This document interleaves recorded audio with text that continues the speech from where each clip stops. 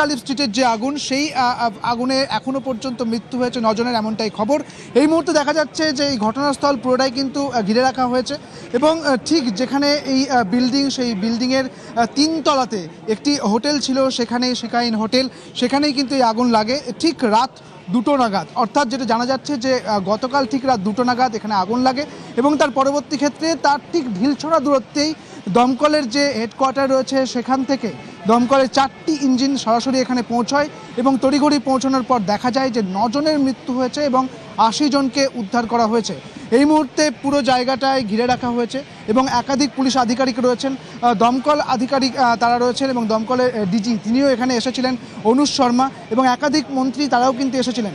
তারাপীঠের যে ঘটনা, সেই ঘটনার পর একেবারে তড়িঘড়ি যেটা দেখা গেল যে পৌঁছে গেলেন এখানে একাধিক মন্ত্রী এবং যে বিষয়টা যারা প্রত্যক্ষদর্শী ছিলেন তারা কি বলছেন একবার শোনাবো আপনাদের। রুমে শুয়ে রয়েছি, দেখলাম যে হাউকাউ বেরিয়ে আসলে দেখলাম যে উপরে আগুন লেগেছে। নিচের হোটেলে ছিলাম, 2nd ফ্লোরে লেগেছে। বেরিয়ে এসছি আমরা, ভালোই দেওয়া হয়েছিল, আনুমানিক 2টা। দমকল এসে কাজ করেছে? হ্যাঁ, সাথে সাথে। রাত 2:30 হবে, দরজা খুব জোরে ধাক্কাচ্ছিল, তো এত জোরে আমরা ভয় পেয়ে গেছিলাম। আমাদের যে হোটেল বয় ছিল সে বলতেছে ভাইয়া তাড়াতাড়ি বের হন, বিল্ডিং এ আগুন লাগছে। তো আমরা তাড়াহুড়া করে বাচ্চা নিয়ে আমরা নেমে পড়ছি। হোটেল বয়ের তৎপরতায় আমরা আসলে বেঁচে গেছি। যদি উনি এভাবে না করতো তাহলে হয়তো আমরাও এই মানে মৃত্যুর শিকার হতে পারতাম। হওয়ার জন্য বাইরে আসার পর অনেকটা শ্বাসকষ্ট হয়ে গেছে। 2nd ফ্লোরে আগুন লাগছে, তো ওই 2nd ফ্লোরে যারা ছিল তারা হয়তো রুমের থেকে বেরোতে পারে নাই। আর 4th ফ্লোরে যারা, ওরা কিছু ছাদে উঠছে, দেখলাম যে ফায়ার ব্রিগেড আসছে, আয়শা মানে উদ্ধার করছে। 4 নম্বরে একজন ছিল, উনি মোবাইল দিয়ে বারবার বলতেছে হেল্প হেল্প। ফায়ার ব্রিগেড গিয়ে গ্লাস ভেঙে ওনাদের মা এবং ছেলেকে বের করে আনছে। 4th ফ্লোরে কোনো অ্যালার্ম বেজেছে? ফায়ার ফাইটিং সিস্টেম কিছু দেখেছে? না, এরকম কিছু চোখে পড়েনি। আমরা ঘুমাতে গেছি, তখন হইচই শব্দ শুনে আমরা রুম থেকে বের হই। রুম থেকে বের হওয়ার পর দেখি উপর থেকে লোক নামতেছে, অনেক ধোঁয়া হচ্ছে। ধোঁয়ার সাথে সাথে মানুষ চিৎকার চেঁচামেচি করতেছে, তখন আমরা বাইরে চলে আসি। কিছু কিছু লোক আহত অবস্থায় বের হয়েছে। আমরা তো নিচের রুমে ছিলাম, তার জন্য আমরা আতঙ্কিত হয়ে পড়েছি। গুরুতর অসুস্থ অবস্থা, মুমূর্ষু অবস্থায় বের করা হয়েছে। ম্যাক্সিমাম বাংলাদেশ ছিল। তাদের উপরের ফ্লোরে যারা ছিল তারাও বলেছে যে সবাই ম্যাক্সিমামই বাংলাদেশি ছিল, কিন্তু তারা যে ছিল এরা বের হতে পারেনি, এটাই শুধু তারা বলতেছে। দমকল সাথে সাথেই চলে আসছে।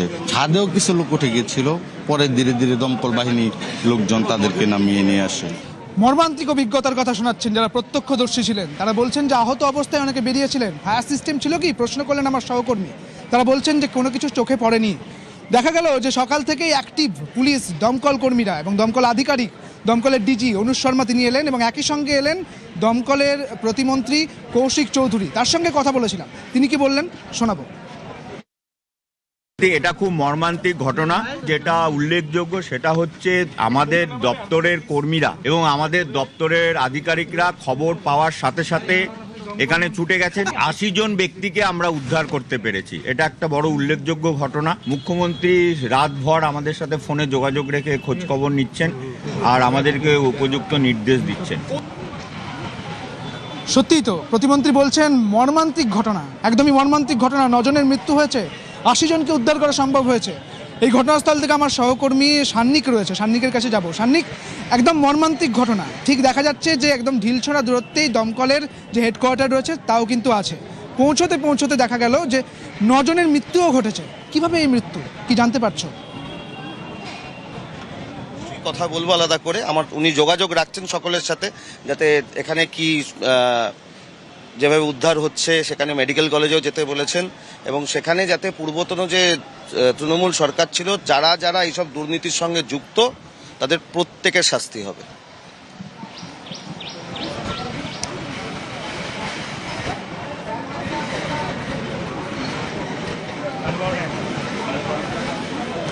আমি কথা বলবো আমার সহকর্মী সান্নিকের সঙ্গে।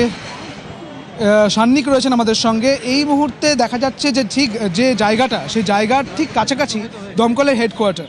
সেখান থেকে আস্তে আস্তে 4টে ইঞ্জিন এলো এবং দেখা গেল যে 9 জনের মৃত্যু হয়েছে। খুব মর্মান্তিক। সান্নিক, ঠিক কিভাবে মৃত্যু, কি জানতে পারছো?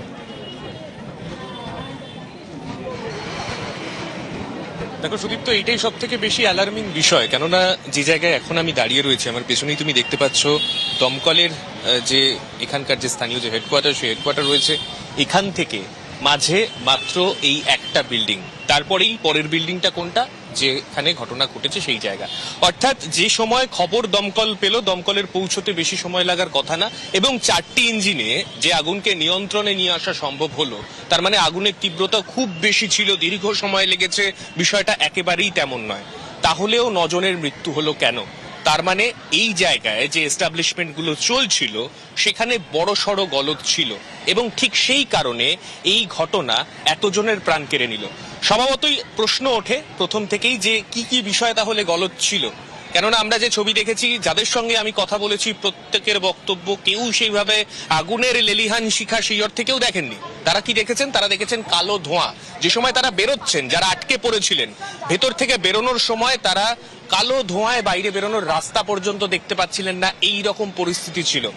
নামার সময় কমন স্পেস, অন্যান্য হোটেল যেগুলো রয়েছে, একটা মাত্র হোটেল নাই বিল্ডিং এ, তুমিও রয়েছো স্পটে, তুমিও দেখতে পাচ্ছ কতগুলো ব্যানার রয়েছে, এতগুলো ব্যানার, মানে এতগুলো হোটেল, সেখান থেকে সব আবাসিকরা একসাথে দৌড়ঝাঁপ করে আতঙ্কের মধ্যে বেরোচ্ছেন, কিছু দেখতে পাচ্ছেন না। সেই মুহূর্তে, সেই আতঙ্কের মুহূর্তে যে সিঁড়ি দিয়ে তারা নামছেন, সিঁড়িটাও কিসের? লোহার সিঁড়ি। আগুন লাগলে লোহার সিঁড়ি নামার ক্ষেত্রে কতটা অন্তত অযোগ্য হতে পারে, এটা যে কারোর আইডিয়া হয়ে যাবে। তো এই গোটা পরিস্থিতিতে যে 9 জন যারা বেরোতে পারলেন না, কেন না যে হোটেলে তারা ছিলেন সেই হোটেলে কোনো ইমার্জেন্সি এক্সিট ছিল না। বিল্ডিং এর পেছনে একটি গেট আছে, সেটা বিল্ডিং এর ইমার্জেন্সি এক্সিট, কিন্তু হোটেল থেকে বেরোবে কিভাবে? হোটেলের ভেতরে আগুন লেগেছে, হোটেলের মধ্যে ধোঁয়ায় ঢেকে গেছে, তাহলে সেই হোটেল থেকে বেরোনোর বিকল্প রাস্তা কোথায়? কোনো কিছু নেই। এই বিষয়টাই আদতে গতকাল রাতের ঘটনায় এতজনের প্রাণ কেড়ে নিল।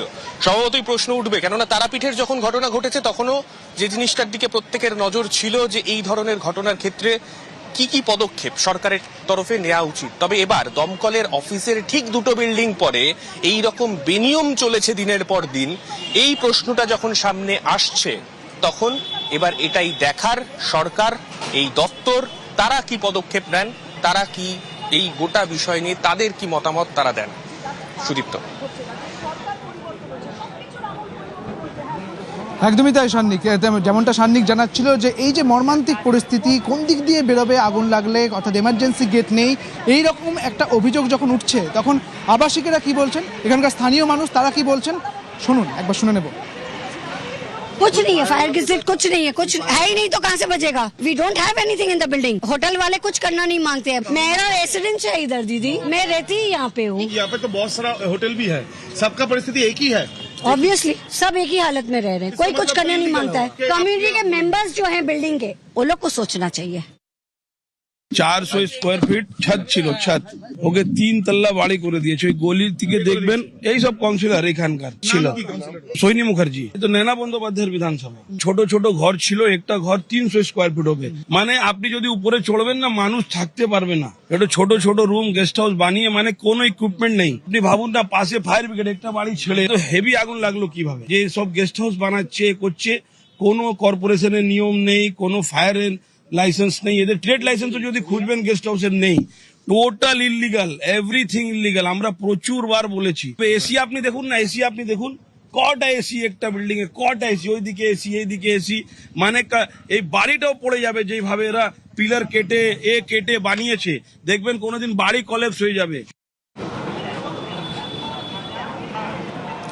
একাধিক অভিযোগ উঠছে, তারা বলছেন যে এই যে পুরো জায়গাটা তা কিন্তু একেবারে বেআইনি। প্রশ্ন উঠছে যেখানে অগ্নি নির্বাপকের ব্যবস্থা ছিল কিনা, এখানে এমার্জেন্সি গেট ছিল না, এবং তাহলে কেন এইভাবে একটা পারমিশন দেওয়া হয়েছে, এই সমস্ত কিছু নিয়েই যে প্রশ্নগুলো উঠছে সেদিকে নজর রাখবো। তবে